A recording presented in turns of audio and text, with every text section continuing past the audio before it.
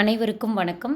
இப்பொழுது பார்க்கவிருப்பது 6ஆம் வகுப்பு சமூக அறிவியல் குடிமையியல் பகுதியிலிருந்து பாடம் 2 சமத்துவம் பெறுதல். நாம் வாழும் இச்சமூகம் பல்வேறு வகைகளில் வேறுபாடுகளை கொண்ட சமூக குழுக்களை கொண்டதாகும். நாம் வேற்றுமையில் ஒற்றுமை என்பதை நம்புவதால் அத்தகைய வேறுபாடுகளை களைந்து பிறருடன் அமைதியாக வாழ்ந்து கொண்டிருக்கிறோம். பன்முகத்தன்மை எப்போதும் ஏற்றுக்கொள்ளப்படுவதில்லை என்பதால் மக்கள் தம்மிடம் இருந்து வேறுபடும் பிற மக்களிடம் பகைமை உணர்வை கொள்கின்றனர். அவர்கள் பிற இனத்தின் மீது ஒரு பொதுவான எண்ணத்தை கொண்டிருப்பது சமூகத்தில் பதற்றத்திற்கு வழிவகுக்கிறது. இது போன்ற எண்ணங்கள் பாராபட்சத்திற்கு இட்டுச் செல்கின்றன. பாராபட்சம் என்பது மற்றவர்களை பற்றி எதிர்மறையான அல்லது தாழ்வான முறையில் கருதுவதாகும். அவர்களை பற்றி அறிந்து கொள்ளாமலேயே தவறாக முன்முடிவு எடுப்பதாகும். மக்கள் தவறான நம்பிக்கைகளையும் கருத்துக்களையும் கொண்டிருக்கும் போது பாராபட்சம் ஏற்படுகிறது. பாராபட்சம் என்பது முன்முடிவு என்று அழைக்கப்படுகிறது. முன்முடிவு என்பது பாராபட்சமாகும். பாராபட்சம் என்ற வார்த்தை முன்முடிவினை குறிக்கிறது. முன்முடிவு என்பது மக்களின் மத நம்பிக்கைகள், அவர்கள் வாழ்கின்ற பகுதிகள், நிறம், மொழி மற்றும் உடை போன்ற பலவற்றை அடிப்படையாக கொண்டுள்ளது. பாராபட்சமானது பாலின ரீதியாகவும் இன ரீதியாகவும் வர்த்தக ரீதியாகவும் மாற்றுத்திறனாளிகள் மீது மற்றும் பிறவற்றிலும் காணப்படுகிறது. உதாரணமாக, கிராமப்புற மக்களை விட நகர்ப்புற மக்களின் மனப்பான்மை மற்றும் நடத்தையானது நாகரிகமானது என்பது பாராபட்சமாகும். பாராபட்சம் உருவாவதற்கான காரணங்கள். பாராபட்சம் உருவாவதற்கு கீழ்காணும் பொதுவான சமூக காரணிகள் தேவைப்படுகின்றன. சமூகமயமாக்கல், நிர்ணயிக்கப்பட்ட நடத்தை, பொருளாதார பயன்கள், சர்வாதிகார ஆளுமை, இன மையக் கொள்கை, கட்டுப்பாடான குழு அமைப்பு, முரண்பாடுகள் போன்ற காரணிகளே முக்கிய காரணமாக உள்ளன. மாறா கருத்து. முன்முடிவு வலுவாக இருக்கும்போது மாறா கருத்து உருவாகிறது. மாறாத கருத்து என்பது தவறான கண்ணோட்டம் அல்லது ஏதோ ஒன்றை பற்றிய தவறான கருத்தாகும். எடுத்துக்காட்டாக, பெண்கள் விளையாட்டுக்கு உகந்தவர்கள் அல்ல என்பது முன்முடிவு கொள்வதாகும். மாறாக, தன்மை பற்றிய தவறான எண்ணங்கள் சிறு வயதிலேயே கற்றுக்கொள்ளப்படுகிறது. மேலும் குழந்தைகள் பொருட்கள், குழுக்கள், கருத்தியல்கள் போன்றவற்றில் வலுவான கருத்துக்களையும் தவறான எண்ணங்களையும் இளம் பருவத்திலேயே வளர்த்து கொள்கின்றனர். குழந்தைகள் வளரும் போது அவர்களுக்கு பொருள்கள், மனிதர்கள், நாகரிகம், நம்பிக்கை, மொழி இவற்றின் மீதான விருப்பு வெறுப்புகள் ஒத்த கருத்தால் மேலோங்குகிறது. பாலின அடிப்படையில் மாறா கருத்தினை பற்றி திரைப்படங்கள், விளம்பரங்கள் மற்றும் தொலைக்காட்சி தொடர்களில் சித்தரிக்கப்படுவதை காணலாம். சலவை கட்டி, சலவை இயந்திரம், பாத்திரங்களை கழுவுதல் தொடர்பான அனைத்து விளம்பரங்களிலும் பெண்களையே முன்னிறுத்துகின்றனர். இருசக்கர வாகனம் போன்ற விளம்பரத்தில் ஆண்களையே முன்னிறுத்துகின்றனர். இவ்வாறு பாலின அடிப்படையில் மாறாத கருத்துகள் இருப்பதை காணலாம். சமத்துவமின்மை மற்றும் பாகுபாடு. சமத்துவமின்மை என்பது ஒருவர் மற்றொருவரை பாகுபாட்டுடன் நடத்துவது ஆகும். சாதி ஏற்றத்தாழ்வு, மத சமத்துவமின்மை, இன வேறுபாடு மற்றும் பாலின வேறுபாடு போன்ற பல்வேறு ஏற்றத்தாழ்வுகள் பாகுபாட்டை வளர்க்கின்றன. மக்களுக்கு எதிரான எதிர்மறையான செயல்களே பாகுபாடு என்று அழைக்கப்படுகிறது. சாதி, மதம், பாலினம் சார்ந்து கடைபிடிக்கப்படும் பாகுபாடுகளே சமத்துவமின்மை, தீண்டாமை ஆகியவற்றுக்கான காரணிகள் ஆகும்.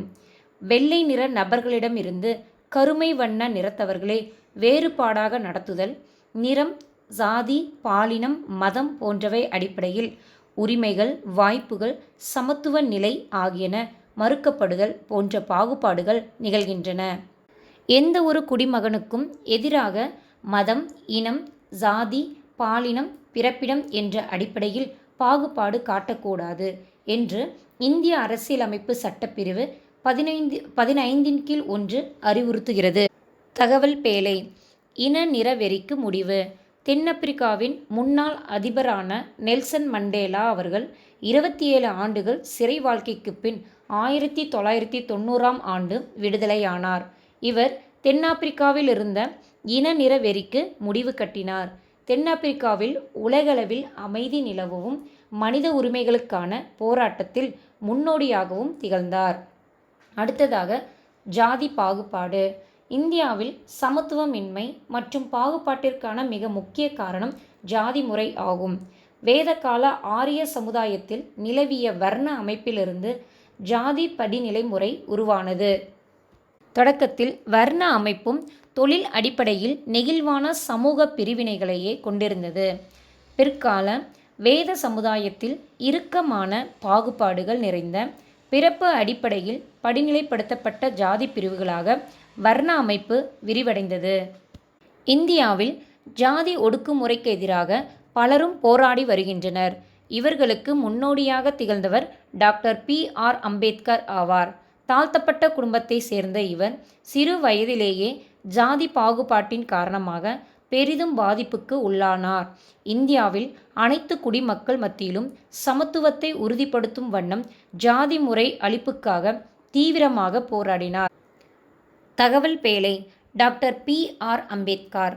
இவர் பாபா சாஹேப் என பிரபலமாக அழைக்கப்படுகிறார். இவர் இந்திய சட்ட நிபுணராகவும் பொருளாதார நிபுணராகவும் அரசியல்வாதியாகவும் சமூக சீர்திருத்தவாதியாகவும் திகழ்ந்தார். இவர் 1915 எம்.ஏ. பட்டத்தை பெற்றார். பின்னர் 1927 கொலம்பியா பல்கலைக்கழகத்தில் பி.ஹெச்.டி. பட்டத்தை பெற்றார். அதற்கு முன்னர் லண்டன் பொருளாதார பள்ளியில் டாக்டர் ஆஃப் சயின்ஸ் பட்டத்தையும் பெற்றிருந்தார். இவர் அரசியலமைப்பு நிர்ணய சபையின் வரைவு குழுவின் தலைவராக இருந்தார். எனவே இவர் இந்திய அரசியலமைப்பின் தந்தையாக கருதப்படுகிறார். இவர் சுதந்திர இந்தியாவின் முதல் சட்ட அமைச்சராக பணியாற்றினார். இவரது மறைவுக்கு பின்னர் 1990ஆம் ஆண்டு பாரத ரத்னா விருது வழங்கப்பட்டது. அடுத்ததாக பாலின பாகுபாடு.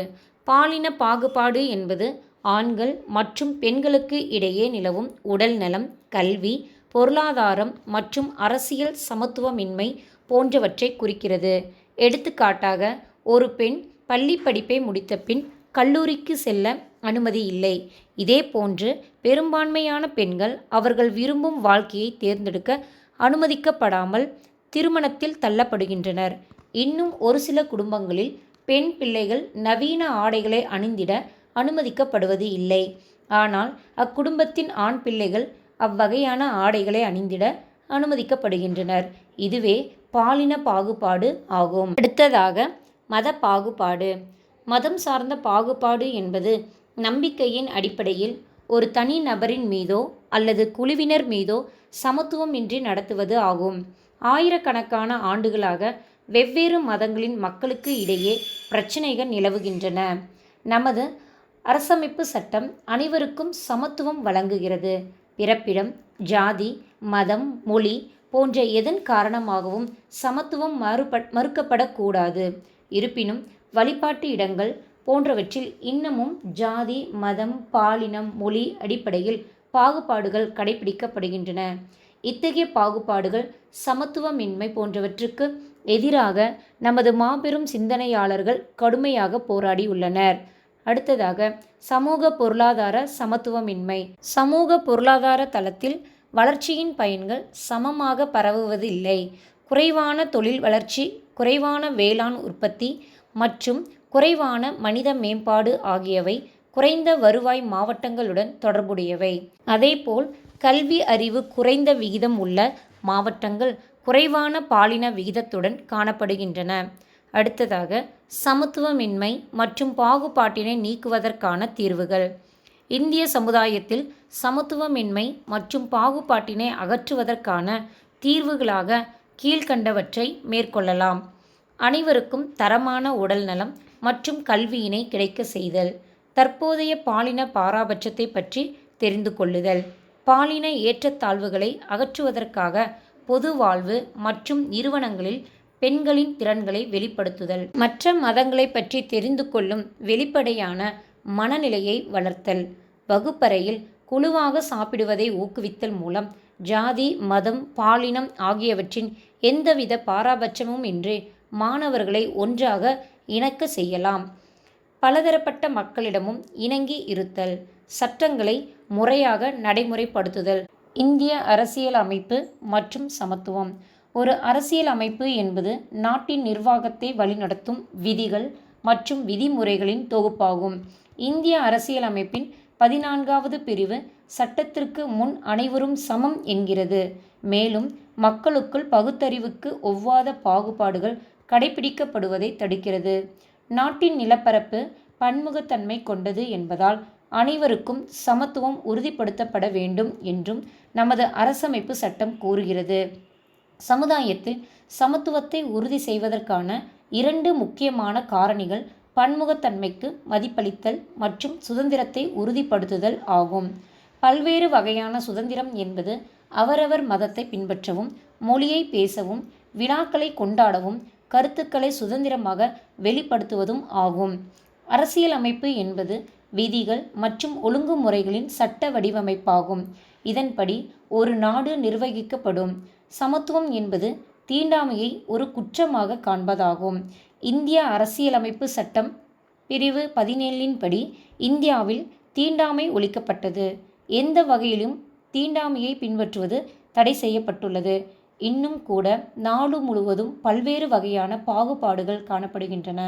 பெண்கள், விவசாயிகள், பழங்குடியினர் மற்றும் தாழ்த்தப்பட்ட சமூக வகுப்பினர் உள்ளிட்டோர் இன்னும் இந்தியாவில் சமத்துவத்திற்காக போராடி வருகிறார்கள். தகவல் பேழை. தமிழ்நாட்டில் காணப்படும் பல்வேறு மாவட்டத்தின் எழுத்தறிவு விகிதம் 2011ஆம் ஆண்டு கணக்கெடுப்பின்படி. மாவட்டத்தின் பெயர்: கன்னியாகுமரியில் 92.14% எழுத்தறிவு காணப்படுகிறது. சென்னை 90.33%. தூத்துக்குடி 86.52%. நீலகிரி 85.65%. அடுத்ததாக குறைவான எழுத்தறிவு உள்ள மாவட்டங்கள்: தருமபுரி 64.71%.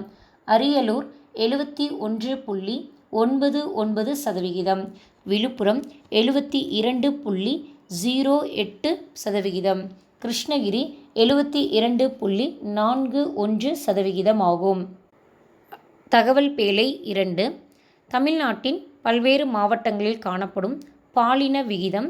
2011ஆம் ஆண்டு கணக்கெடுப்பின்படி தலா 1000 ஆண்களுக்கு நிகரான பெண்களின் எண்ணிக்கை. மாவட்டத்தின் பெயர், அதாவது அதிகமாக பாலின விகிதம் காணப்படும் மாவட்டங்கள். மாவட்டத்தின் பெயர்: நீலகிரி. பாலின விகிதம் 1041. மாவட்டத்தின் பெயர்: தஞ்சாவூர். பாலின விகிதம் 1031. நாகப்பட்டினம் 1025. தூத்துக்குடி, திருநெல்வேலி 1024. மிகவும் குறைவான பாலின விகிதம் கொண்ட மாவட்டங்கள்: தருமபுரி 946. சேலம் 954. கிருஷ்ணகிரி 956.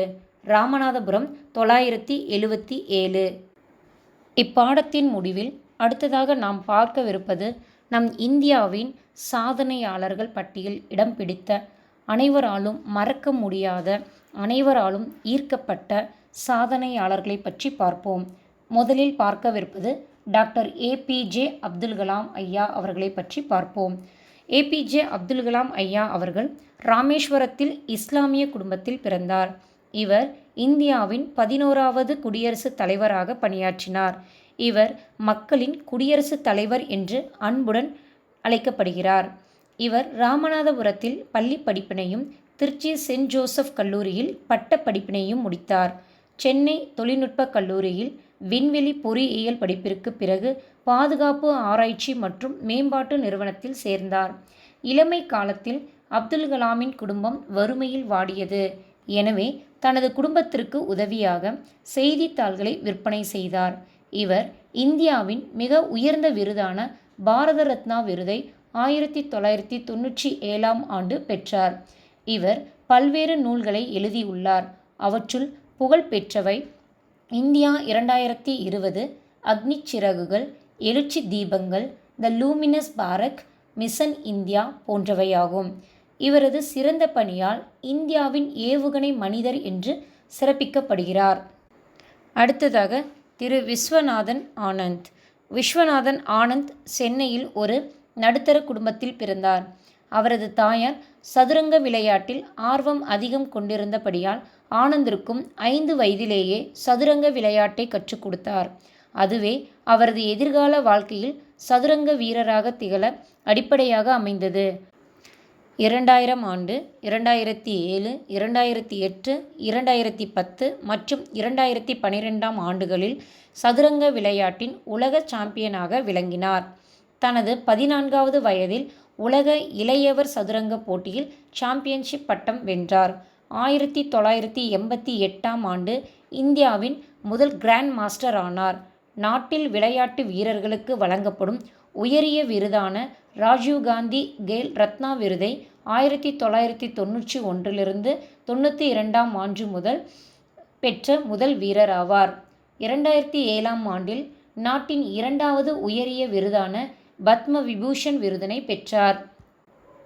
அடுத்ததாக செல்வி சே. இளவழகி. சே. இளவழகி சென்னை வியாசர்பாடி பகுதியில் உள்ள ஏழ்மையான குடும்பத்தை சார்ந்தவர் ஆவார். இவரது தந்தை ஒரு ஆட்டோ ஓட்டுநர். 2008 ஆண்டில் பிரான்சின் கேனஸ் நகரின் பாலைஸ் தேஸ் விழா போட்டிகளில் தனது முதல் கேரம் சாம்பியன் பட்டத்தை வென்றார்.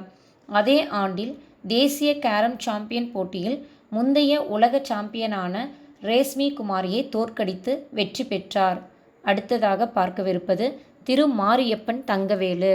மாரியப்பன் தமிழ்நாட்டில் சேலம் மாவட்டத்தில் பிறந்தவர். இவரது தாயார் தனி நபராக இருந்து செங்கல் சூளையில் வேலை செய்தும் காய்கறிகள் விற்பனை செய்தும் நாள் ஒன்றுக்கு ரூபாய் 100 ஊதியம் பெற்று இவரை வளர்த்தார். இவருக்கு விபத்தின் காரணமாக வலது காலில் நிரந்தர பாதிப்பு ஏற்பட்டது. இத்தகைய பின்னடைவு இருந்தபோதும் பள்ளி கல்வியினை முடித்தார். இவர் நான் பிற மாணவர்களை விட வேறுபாடு கொண்டவன் என நினைத்ததில்லை என கூறுகிறார். 2016 ஆண்டு ரியோ பாரா ஒலிம்பிக் ஆண்கள் உயரம் தாண்டுதல் போட்டியில் T42 போட்டியில் 1.89 மீட்டர் உயரம் தாண்டி தங்கப்பதக்கம் வென்றார். மேற்கண்ட சாதனையாளர்கள் பல்வேறுபட்ட பின்புலத்தில் பிறந்து பிரச்சனைகளை சந்தித்து வாழ்வில் சாதனை படைத்துள்ளார்கள் என்பதை இதன் மூலம் அறியலாம். பாடத்தின் மீள்பார்வை. முன்முடிவு அதாவது பாரபட்சம் என்பது மற்றவர்களை பற்றி எதிர்மறையான அல்லது தாழ்வான முறையில் கருதுவதாகும். மாறா கருத்து என்பது ஏதாவது ஒன்றை பற்றிய தவறான கண்ணோட்டம் அல்லது கருத்தாகும். பாகுபாடு என்பது மக்களின் மீது ஏற்படுத்தி கொள்ளும் தவறான செயலாகும். பாகுபாடானது நிறம், வர்க்கம், மதம், பாலினம் போன்றவற்றின் அடிப்படையில் ஏற்படுவதாகும். சமத்துவமின்மை மற்றும் பாகுபாடிற்கான மிகவும் முக்கிய காரணம் ஜாதி அமைப்பாகும். பாலின பாகுபாடு என்பது ஆண்களுக்கும் பெண்களுக்கும் இடையேயான சுகாதாரம், கல்வி, பொருளாதாரம் மற்றும் அரசியல் ஏற்றத்தாழ்வுகளை குறிக்கிறது. மத பாகுபாடு என்பது மக்களின் நம்பிக்கையின் அடிப்படையில் ஒரு தனி நபரையோ அல்லது குழுவினரையோ சமத்துவமின்றி நடத்துவதாகும். அடுத்ததாக கலைச்சொற்கள். முன்முடிவு அல்லது பாரபட்சம். ஒருவர் குறித்து எதிர்மறையாக முடிவு செய்தல் அல்லது தாழ்வாக மதிப்பிடுதல். மாறா கருத்து நிலையான வடிவத்தை ஏற்படுத்துவது. பாகுபாடு மக்களை ஜாதி, நிறம், மதம், பாலினம் ஆகிய காரணங்களுக்காக சமத்துவமின்றி நடத்துவதாகும். சமத்துவமின்மை சமூக ரீதியாகவோ அல்லது பொருளாதார ரீதியாகவோ அல்லது இரண்டிலுமோ சமத்துவம் இல்லாமல் இருப்பது. அரசமைப்பு சட்டம் ஓர் அரசோ அல்லது அமைப்பையோ நிர்வகிக்க அல்லது மேலாண்மை செய்ய முன்கூட்டியே வடிவமைக்கப்பட்டிருக்கும் அடிப்படை கொள்கைகள். இந்த பாடத்தின் மூலமாக நீங்கள் கற்றுக்கொண்டதை பின்வரும் வினாக்களின் மூலமாக தற்சோதனை செய்து கொள்ளுங்கள். முதல் வினா, பின்வருவனவற்றில் எது பாரபட்சத்திற்கான காரணம் அல்ல? சமூகமயமாக்கல், பொருளாதார நன்மைகள், அதிகாரத்துவ ஆளுமை, புவியியல். இரண்டாவது வினா, பாலின அடிப்படையில் நடத்தப்படும் பாகுபாடு குறிப்பிடுவது. முதலாவது பாலின பாகுபாடு, ஜாதி பாகுபாடு, மத பாகுபாடு, சமத்துவமின்மை. பாலின அடிப்படையிலான ஒத்த கருத்து உருவாதல் பெரும்பாலும் சித்தரிக்கப்படுவது திரைப்படங்கள், விளம்பரங்கள், தொலைக்காட்சி தொடர்கள் அல்லது இவை அனைத்தும். நான்காவது வினா, ஏபிஜே அப்துல் கலாம் அவர்கள் எழுதிய புத்தகங்கள். இந்தியா 2020, அக்னி சிறகுகள், எழுச்சி தீபங்கள் அல்லது இவை அனைத்தும். 5வது வினா, ஏபிஜே அப்துல் கலாம் அவர்களுக்கு பாரத ரத்னா விருது வழங்கப்பட்ட ஆண்டு எது? 6வது வினா, விஸ்வநாத் ஆனந்த் முதலில் கிராண்ட் மாஸ்டர் ஆன ஆண்டு எது? இளவழகி சிறந்து விளங்கிய விளையாட்டு எது? 8வது வினா, அரசியலமைப்பின் எந்த பிரிவின் கீழ் எந்த ஒரு குடிமகனுக்கும் எதிராக மதம், இனம், ஜாதி, பாலினம், பிறந்த இடம் ஆகிய அடிப்படையில் பாகுபாடு காட்டக்கூடாது என கூறப்படுகிறது? 9வது வினா, பி.ஆர். அம்பேத்கர் அவர்களுக்கு பாரத ரத்னா விருது வழங்கப்பட்ட ஆண்டு எது? 2011ஆம் ஆண்டின் கணக்கின்படி தமிழகத்தில் அதிகமான கல்வியறிவு பெற்றுள்ள மாவட்டம் எது? நன்றி.